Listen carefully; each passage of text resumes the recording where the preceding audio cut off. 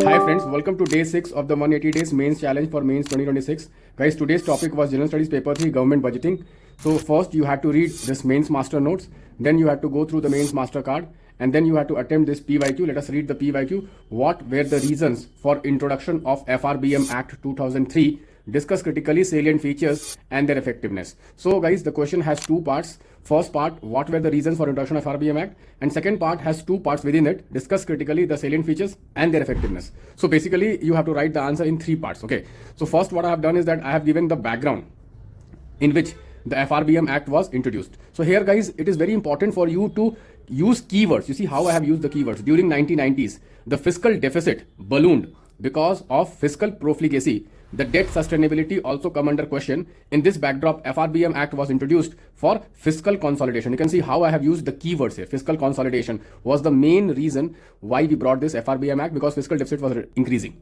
Then I have given what was the objective of FRBM Act. Objective of FRBM Act, you can see how I have beautifully given 5 points. Institutionalize fiscal discipline, reduce fiscal deficit and eliminate revenue deficit, macroeconomic stability, transparency in fiscal operation, and better coordination between monetary and fiscal policy. Second part of the question is features of FRBM Act. In features of FRBM Act, first feature was to eliminate the revenue deficit. So the goal was to reduce the revenue deficit to zero by 2009 by reducing annual revenue deficit by 0.5%. Next was the fiscal deficit target was to bring it to 3% by 2009.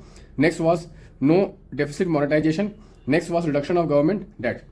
Next, you can see effectiveness. Effectiveness, so sir, initially what happened was there was reduction in the fiscal deficit and the revenue deficit, but the challenge came in the year 2008-2009. 2008-2009, there was a global financial crisis. Because of the global financial crisis, we could not stick to the FRBM target because we had to bring fiscal stimulus. So we missed the FRBM target. Revenue deficit was also not reduced to zero. Revenue deficit continued to grow. There has been also tendency to rely on off-budget resources. Okay. Then in 2018, FRBM Act was amended to bring the emergency clause. What is the emergency clause? Emergency clause brings basically flexibility to deviate from the fiscal deficit target by 0.5% under three situations: natural emergency, structural reform, and sharp growth slowdown. And then we can end the answer with the recommendation of the FRBM committee, which is the NK Singh committee. It basically gave a target that we must anchor the Indian fiscal policy to the debt to GDP ratio. You can see 60% target was given, and independent fiscal council was suggested, and there was the suggestion that we should not depend on RBI for borrowings.